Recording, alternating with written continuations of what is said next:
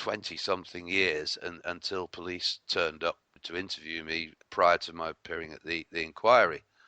The thing which sort of shocked me more than anything else when I read it was I'd actually written on the Monday morning the sentence, "It is already clear that a cover-up is being put in place."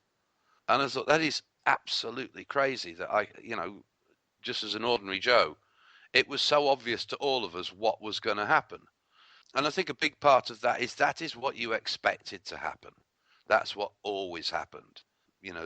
This is at the end of a decade where the British state had behaved so appallingly on so many occasions towards its citizens that it didn't seem surprising that an event which had 54,000 eyewitnesses, they would now try and change the narrative, pin the blame elsewhere, and cover up their actions. You said in the letter that you were already turning to anger. Maybe that was coming as you first began to see the cover-up in action. And what we've just found out, and how did you feel about this, was the fact that it was actually the police feeding the Sun and other newspapers the stories that they then published. And Kelvin Mackenzie's looking for sympathy now. He wants to sue the police.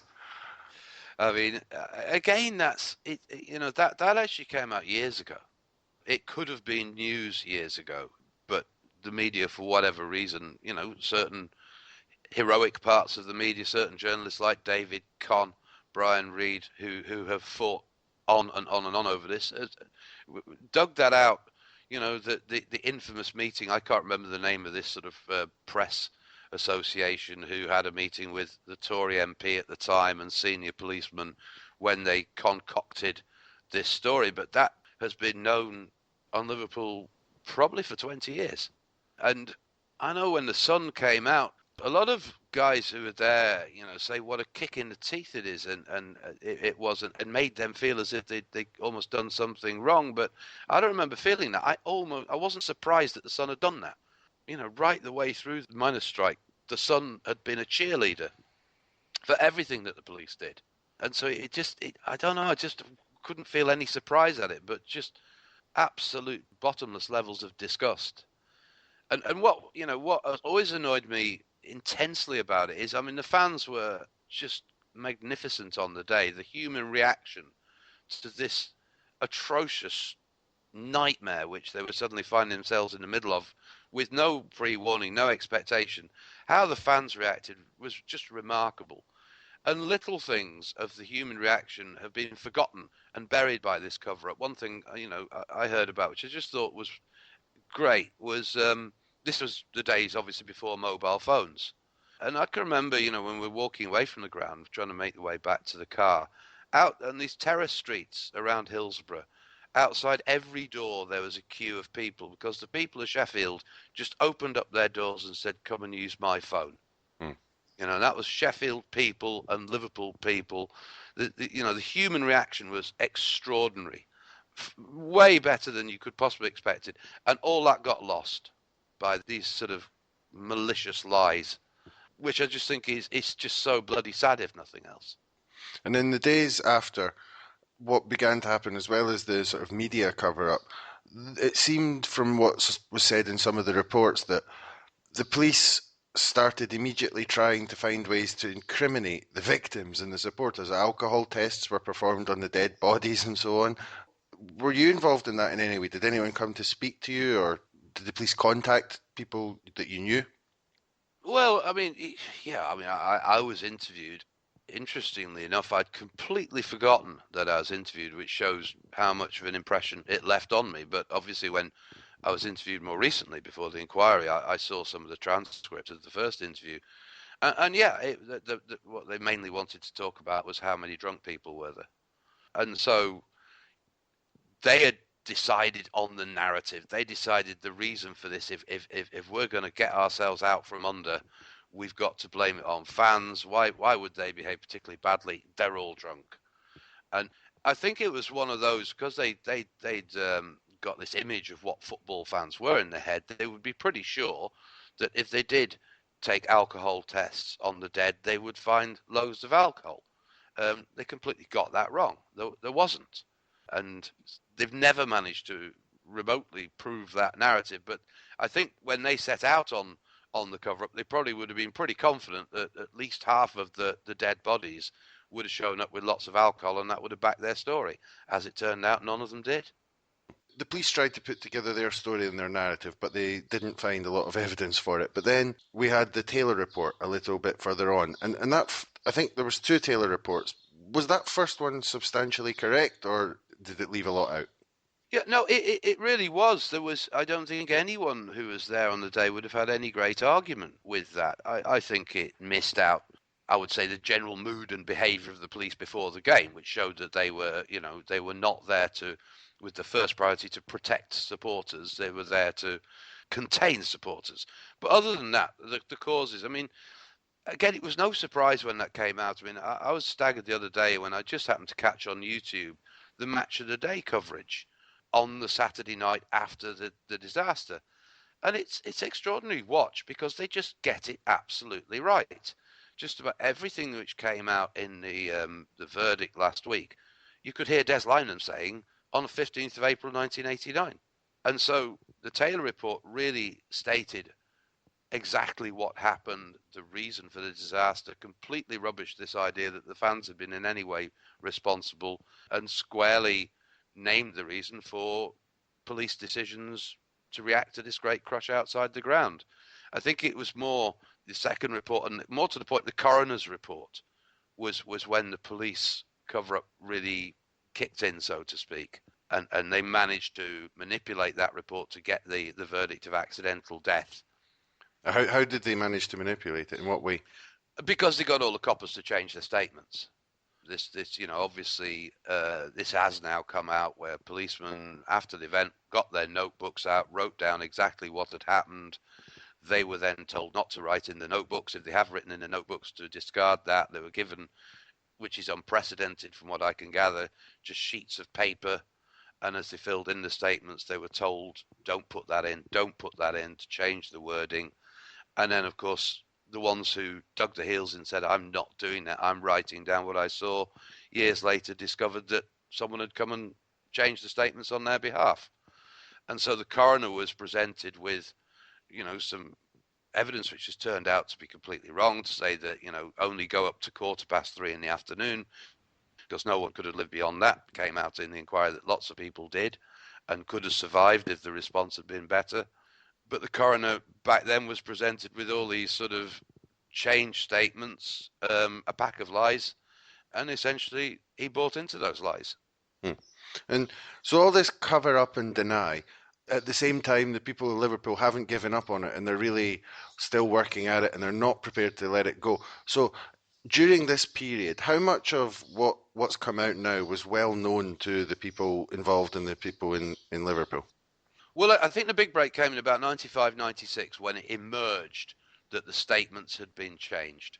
And from that fact coming out, then there were a few whistleblowers kicking around. It became clear the extent of the cover up and how it had been ordered and organised. I would say it was the mid 90s when that became common knowledge on Liverpool.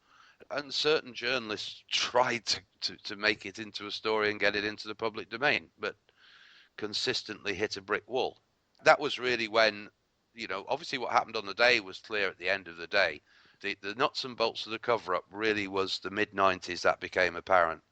And it took, another 20 years to force them into the open, so to speak.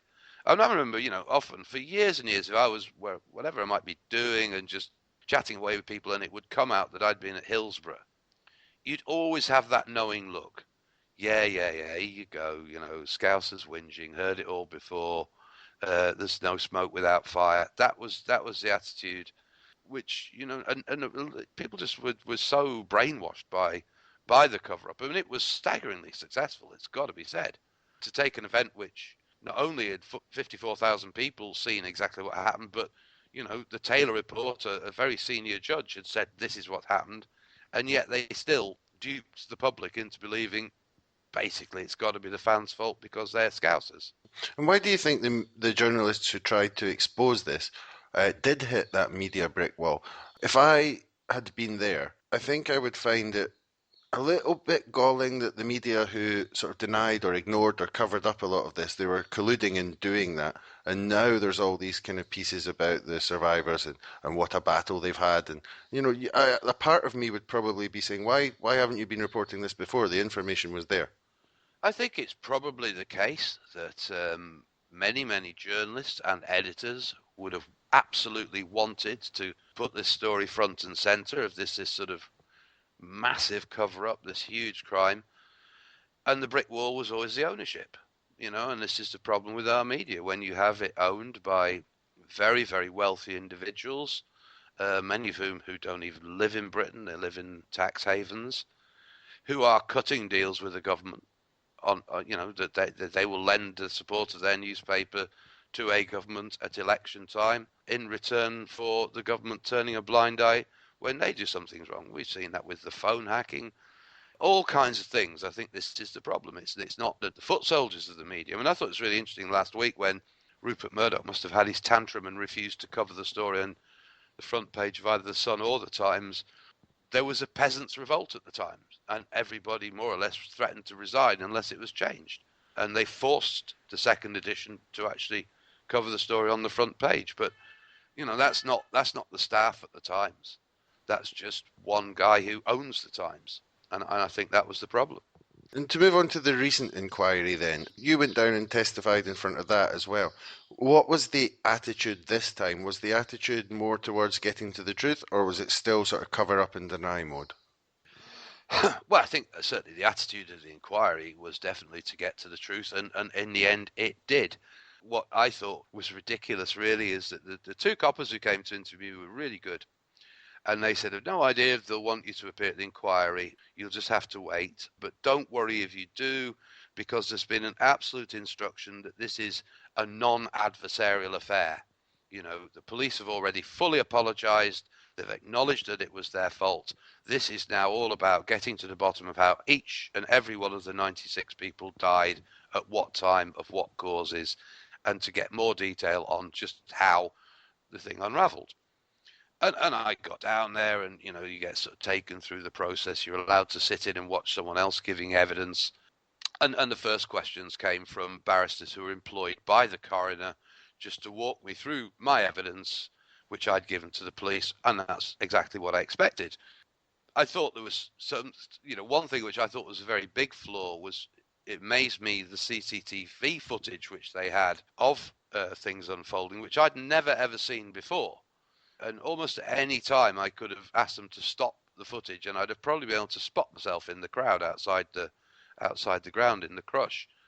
And I think it was ludicrous not to give people any warning of this, that the stuff you're going to see you won't have seen in 27 years, and it could spark a flashback, a trigger, all sorts of things. But then, without any warning whatsoever, I had a guy stood up who introduced himself as the QC representing the commanders on the day. And he absolutely laid into me. I mean, he called me a liar. He absolutely rubbished my evidence. He told me I was a fantasist, that I was making stuff up. It was unbelievably aggressive. And I mean, for a little while, I was kind of rocked back by this, but luckily, I was really was a lucky one in that this was in 2nd of September, so it was a couple of weeks before the referendum, and so for a couple of months, 2 or 3 times a week, I've been involved in debates in the Indy campaign, many of which got very heated and fiery, and many of the politicians of the Better Together side, weren't pulling their punches when having a go at amateur yes types like me. So I was kind of used to it. The confrontation didn't rattle me too much, but I mean, I wasn't warned about that, and it really. And I've been lucky as I've never had any incidents of post-traumatic stress or anything like that. But I thought for some fan who maybe, isn't used to, you're in the dock, there's 300 people in the room, there's about 40 lawyers, there's TV screens all around the room, and you're on every one of them, and you've got this £800 an hour QC laying into you, with an absolute personal attack. I just thought it was absolutely disgraceful. And it's come out last week that his firm, Beggs's firm, have had £12 million worth of fees from the South Yorkshire Police Force. And in all, the South Yorkshire Police Force spent £19 million peddling the same old lies, constantly trying to say there was lots of drunk people and it was drunk people without tickets who caused the disaster.